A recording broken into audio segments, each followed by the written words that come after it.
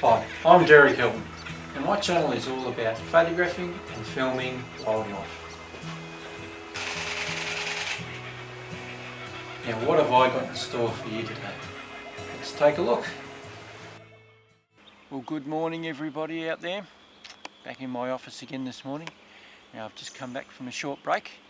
Now my intentions were to take photographs of birds in flight while I was away.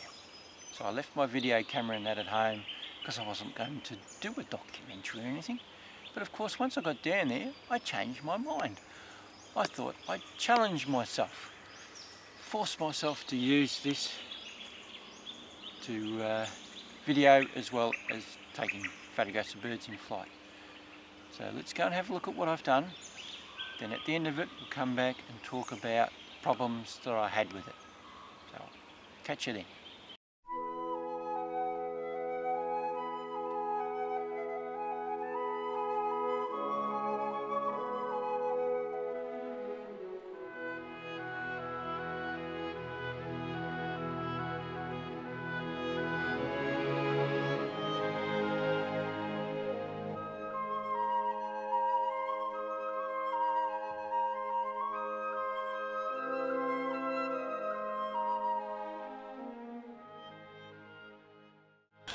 Well, good morning. I've nicked off on a short break down to Geelong in the suburb of Port Arlington. This is a little reserve very close to the beach, and as you can see I've got a lot of sky to work with taking photographs of birds in flight. It's my main aim in here, as well as using the 7D Mark II to film with. So I've challenged myself to use it to film with, and I hate using DSLRs for a lot of various reasons that I've had a whinge about in the past. There's no floppy screen to see whether I'm framed properly and blah blah blah, all those things. Now, I've left my XF300 at home, my video camera, which I'm a bit nervous about. Hopefully things go well and I get a good result with this camera, because I really need to understand its ins and outs with filming with for the odd occasion that I need it. So anyways, getting on with the job. I've got a beautiful place here at home. The tree line's quite high, so if I go at the back paddocks like I've shown you in the past, I get a certain amount of blue sky, and then we come down into the tree line and yeah, blah blah blah. So I need to have my camera set up differently for that. But here I get to really get to play with the zone AF points. So change case scenarios and really have a really good play, because I've got a massive amount of sky. The trees here 8 meters high at the most, so they don't really come into play that much.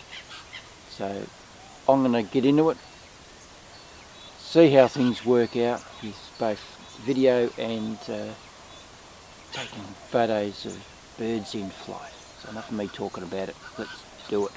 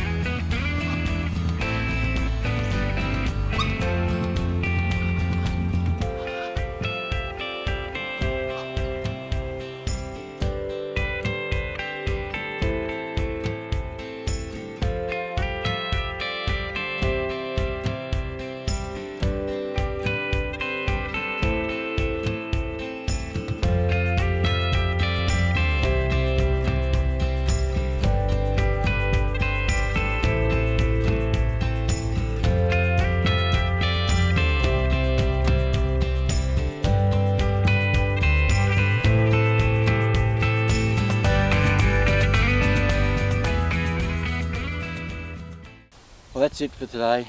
Had a lot of fun taking photographs. Haven't taken a lot of footage though. Bit of a smack on the wrist, just a pain in the ass changing from one thing to the other. But I've had a lot of fun taking photographs of birds in flight. Just a beautiful place to be able to do that. So anyway, I'll catch you in the morning. Well, good morning. Back in my new office again today.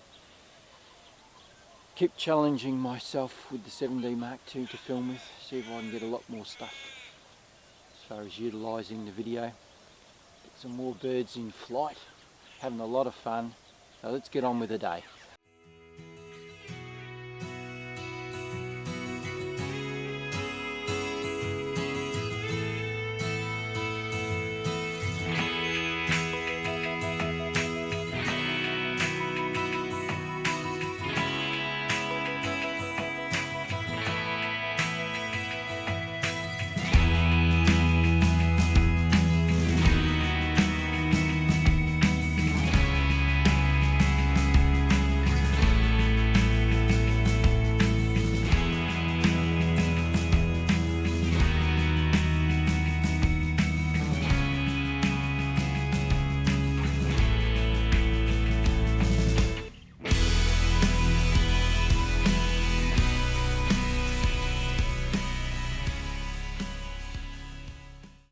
Well, that's it for today again.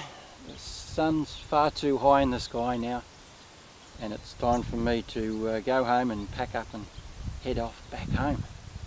So we'll head into the editing room and see how I've gone with the video and everything. Put it all together, and I'll be using my XF300 to talk to you with because yeah, I'm sick of this thing.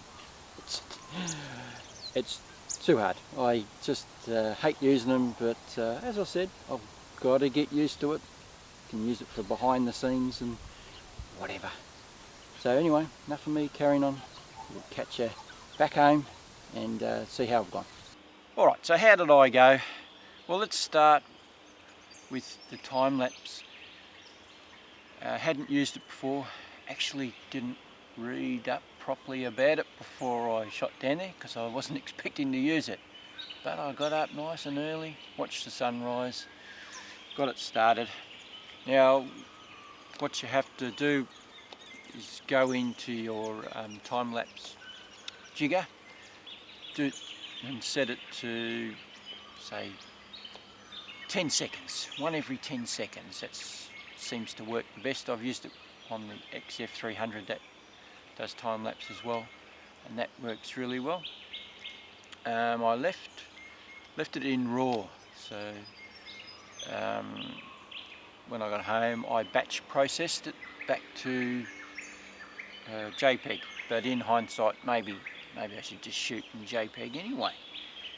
Cut that process out, cuts the file sizes down too, get a lot more photographs out of your CF card, so I'll do that next time. That worked really well, I was quite happy with it. You can also limit how many photographs, but the limit on the limit is 100. Well, I used 235 photographs on that, and it was just enough. So I just put it on endless and just let it go. Now when it first starts off, make sure you've got everything set up. I had that set in AV mode, so that I had my aperture set and my ISO set to what I wanted, and the shutter speed was just taken over by the camera, and it done a really good job, worked really well, really happy with it, with how that sort of went. And what else?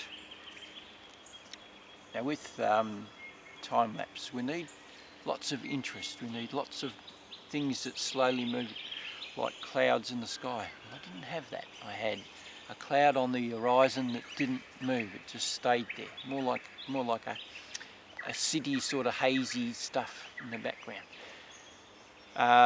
Eventually people walked across the pier, but because the pier's off in the distance so much, it's not a lot of interest, so I decided I would walk across, and I counted 1, 2, 3, 4, 5, 6, 7, 8, 9, 10, and then I'd walk a couple of paces and then count it again, just so that I would stay in the scene a lot longer, because otherwise if you just walk you get 1, 2, 3, and you're gone. So there's something to think about when you're doing a time lapse, and it's a little boring. Got the waves coming in and everything like that. There's little bits, things happening, but just add a bit more interest. Nice of those clouds slowly go past. If not, just go and walk through it yourself. So that was that. That worked all right. Now, how do you turn it off? Well, you have to actually turn the camera off to stop it, which is a little dumb, Canon. I don't know why you just can't press the shutter button to stop it. Anyway, that's why they got it configured.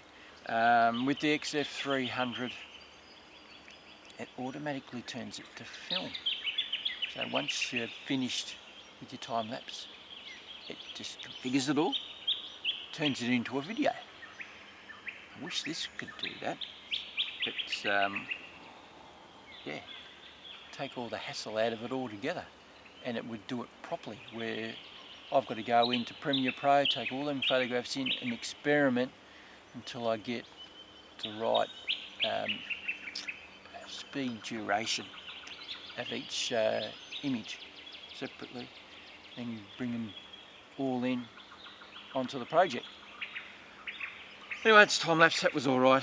Bit of fun, bit of learning. Still got a bit more learning, get it a bit better. Now, what else are we going to talk about? Video. How do I go with the video? Well, I found a couple that it's the same as the 5D Mark II. Pain in the ass. Too many things to change. So if I'm taking birds in flight and I go, oh, I should be videoing this as well. Yeah, it's far too slow. By the time you get set up, everything's gone. Even though we've got the autofocus, I tended not to use that as much as possible. Now, I stuffed up a little bit while I was out in the field with the sound. I didn't realise that the button was on low noise. So when you're in a really loud environment, you've got two choices. You've got leave it on high so it picks up all the audio. Being a shotgun microphone, that's what you need. But it has a low setting, and that's what it was on. So it sounds a little thick because I've had to boost it up in post. So I stuffed up a little bit there, but oh well, managed to fix up a little bit. So that's just one of those things when you're out in the field, in bright sunlight, and it just looked like it was on the right setting, and it wasn't. So we always got to watch out for those things, and I thought I had. I stuffed up. Never mind. Now, I had an issue with this lens. This is the kit lens for the 7D Mark II. 18 to 55 millimeter lens. It's really good. It's quiet, really quiet. You can't hear the focusing, you can't hear the stabilizer, although I always have that turned off anyway for if I'm going to film. Use it for filming, just in case it picks it up. And you get a little bit of vibration as well, I would say. Now, the issue I had, if we go to my opening speech there, because I've got a huge landscape behind me, drops off into the distance to infinity, I got a hassle with the focus. You can see that the background tends to go away and then comes back again every now and then. So it was actually the lens trying to focus. Now, I'm not quite sure what it was really. I did move my hands a lot. I was going like that to the camera, so maybe it was picking my hands up and then dropping back to my face.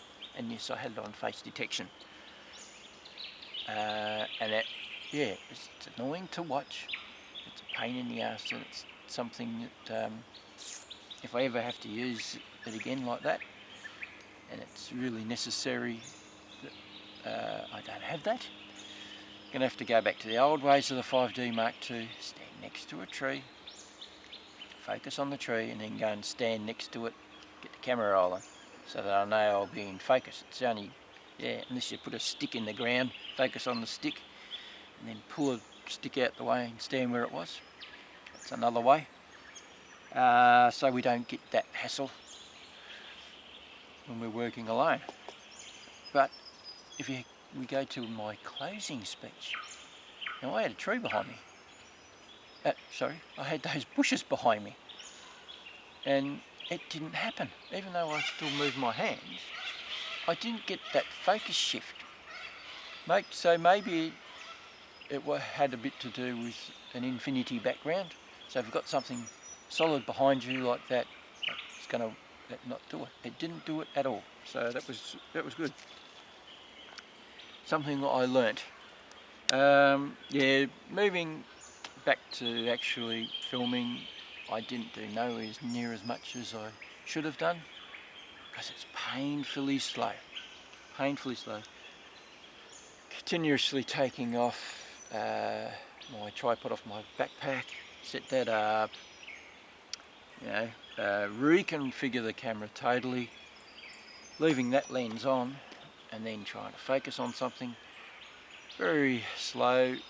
If you've got birds shooting all over the place, jumps onto a branch and that, forget it. Never even bothered, because it's going to be gone before I get set up. So I left it for some, like the bees and other things. There was that pond. All the birds were in the pond. They weren't moving around too much. So that was another circumstance. I used it, took some photographs first, had a bit of a play, then went and filmed. Yeah. So I'm not a big fan. DSLRs, I keep whinging about it, I know. And I'll always whinge about it because they are a pain. Now the picture style. I built one in there, so they always say it's better in post to not have a baked in look with a DSLR. They don't come up as well. 5D Mark II, I used to have a flat picture style, because if I left it in landscape, which I use for taking photographs, it's far too oversaturated. Auto white balance was always cold, and it's the same with this, exactly the same. Auto always comes up a little bit too cold, a little bit bluish. So go into the Kelvin temperatures. Canon 5D Mark II and this one are both the same. 5200 or 5400.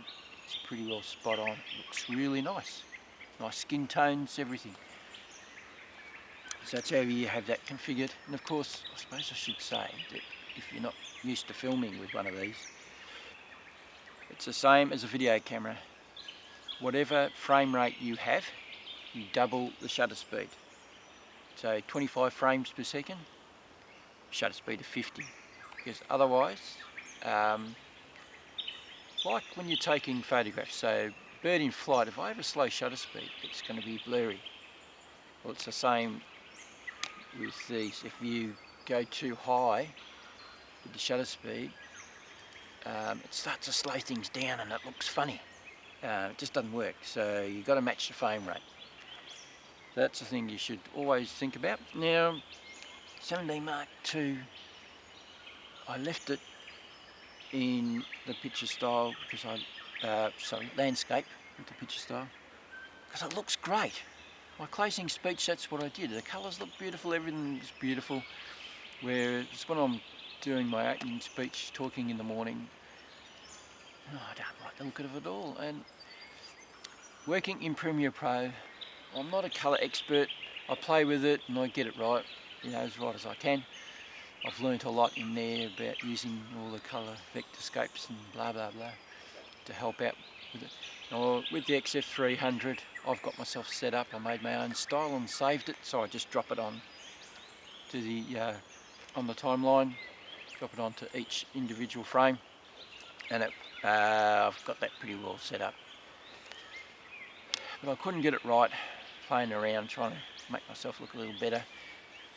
I got it a little bit better, but my jacket just wasn't the right colour and I couldn't change it. So baked, go for the bake style. Landscape, just use that all the time. Alright, let's move on with other stuff.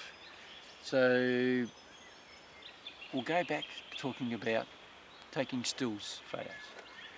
So birds in flight in that environment. In here I've got to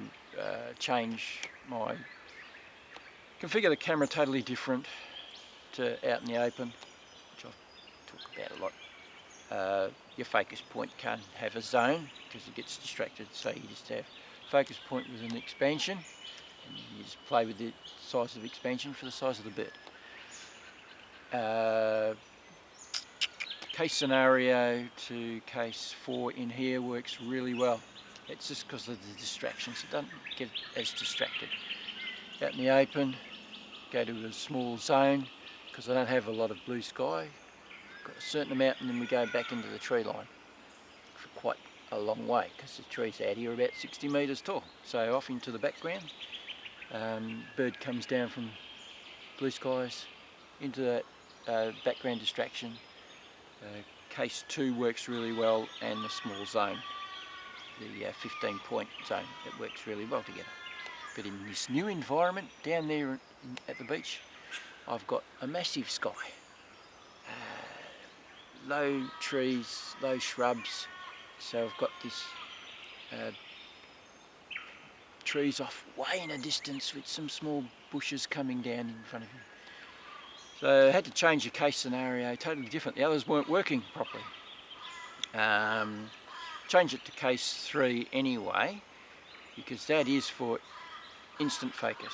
So you see something, especially with blue skies, that works really well when you've got lots of blue skies. And that was the case there. It worked really good.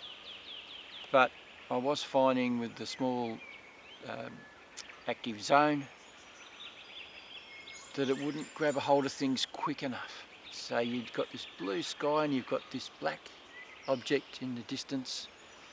It would hesitate trying to find it, so I end up doing this shit. So zoom right out, find it, zoom back in. You don't want to be doing that. You've got precious seconds where a bird's in the right position with the right light on it and its wings in the right spot. You don't want to be slowed up like that. So I tried the larger zone and bang, instantly worked much better with case 3. So it's working with the focusing system. Of course that lens wasn't long enough. It's 75 to 300 millimetre. After 40 metres, it's not the camera, it's the lens. The focus isn't nowhere near as sharp. It goes a little funny. That's just its distance that it can focus at properly. So 300 millimetres.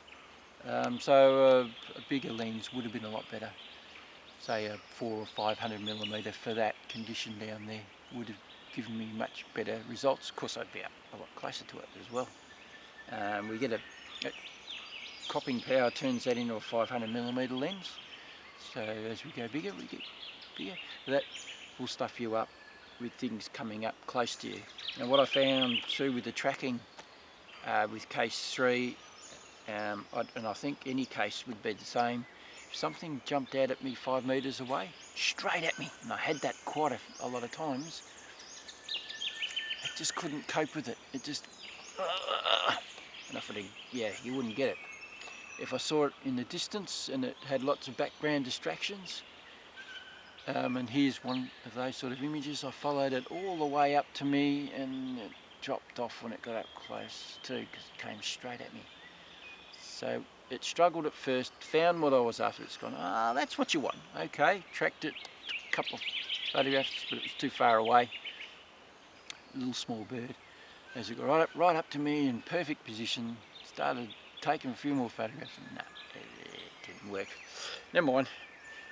But if anything comes across you, jumps out, and starts moving across, get it straight away. So that was focusing and all that. I think that's all I need to talk about. So hope you enjoyed this little ditty about all sorts of crap. So if you want to subscribe, just go down there and subscribe, and you'll get notification whenever I do anything else.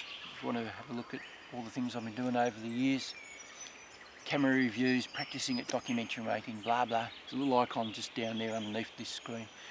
Click on that little cow and it'll take you to my channel. So that's enough for me carrying on. I'll catch you around the place. So yeah.